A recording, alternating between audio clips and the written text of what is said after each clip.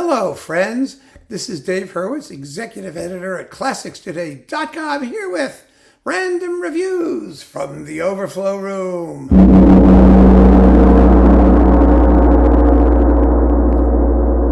And we're continuing our survey of my rather eccentric collection of Hermann Scherchen recordings, the loony conductor from the 50s and 60s who did all kinds of stuff, mostly for Westminster. And we're talking about, it's going to take 3 videos, the Japanese Westminster edition of all of his stuff. Universal still owes us a really complete Scherchen edition. They have it, but they haven't issued it. They were selective, which was stupid. But that's the way they are. First, okay, what do we got now? Oh my goodness, look at this. Christ on the Mount of Olives on Westminster. There were not many recordings of Christ on the Mount of Olives by Beethoven back in 1962 when this sucker popped out. And it's got a very good cast, actually. It's Jan Pearce, Maria Stader, and Otto Wiener with the Vienna State Opera Orchestra and the Vienna Academy Choir. And it's in stereo. And, this was like, one of the only shows in town back in the day. I mean, we were fortunate to have it. We really were. Beethoven symphonies. Oh my goodness. Do we have all the Beethoven symphonies? No, we don't. Let's see. Oh, Beethoven was so eccentric. He was doing original tempi. He's one of the first conductors to take Beethoven's metronome markings seriously. And the results were really kind of weird. We don't have to go through it other than to know that he did the Beethoven symphonies, and the results were quite unusual. I mean, really ragged, some of the playing. Well, this is a fun recording. This is one of the records he made with the Royal Philharmonic. I mean, these were good because he had a decent orchestra to work with.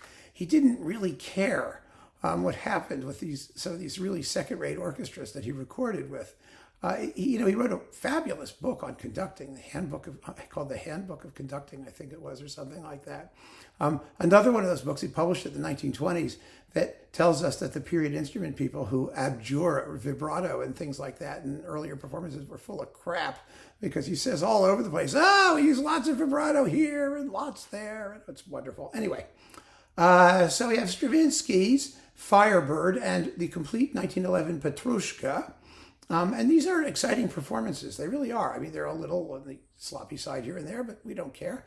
And Honegger, a whole disc of Honegger. I mean, nobody was doing Honegger back then. This is in 54.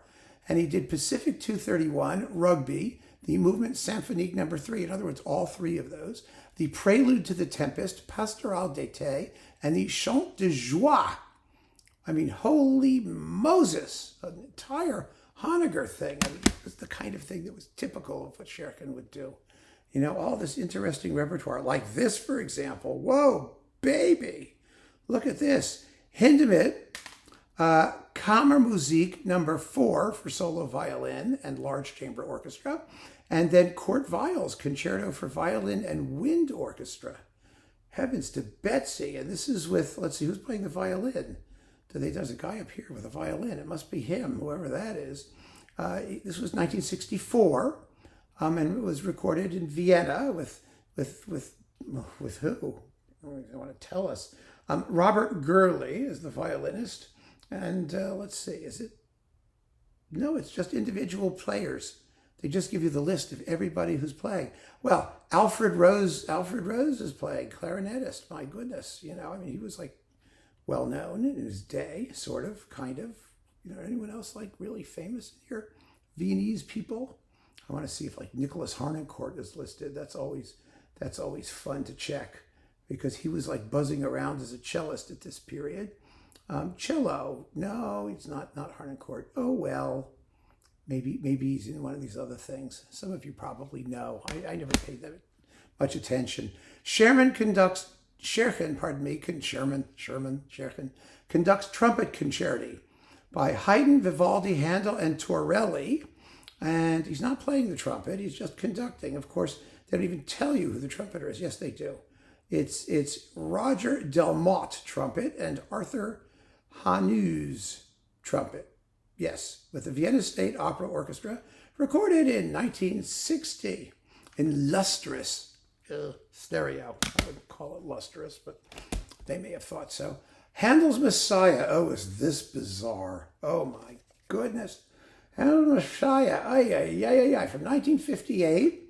It's in stereo with the Vienna State Opera Chorus and Orchestra. Soloists Pierrette Alari, Nan Merriman, okay, she existed, Leopold Sibino, we know who that was, and Richard Standen. And this is one of these, you have to hear it to believe it recordings. I mean, you really do. Let's see. Oh, yes. One of the great records of all time. This is Haydn's Farewell and Military Symphonies in their stereo versions. He did them originally in mono for his complete Haydn London symphonies. Then he remade these in stereo with the Vienna State Opera Orchestra. This is the military, the farewell, the Symphony Concertante, Opus 94, with the Vienna Radio Orchestra in one of these, and the is that what it says? It says Vienna Radio Orchestra. That's what it says in Japanese. Okay, I always thought this was the Vienna State Opera Orchestra, but it doesn't make any difference. Those may have been the earlier ones. These are nuts. Oh, these are so nutty. The battle in the Military Symphony is just this. It's a battle. I mean, it's like they really play it like a battle. It's got to be better than any period instrument that you've ever heard. The finale is so fast that they really can't play it, and he doesn't care.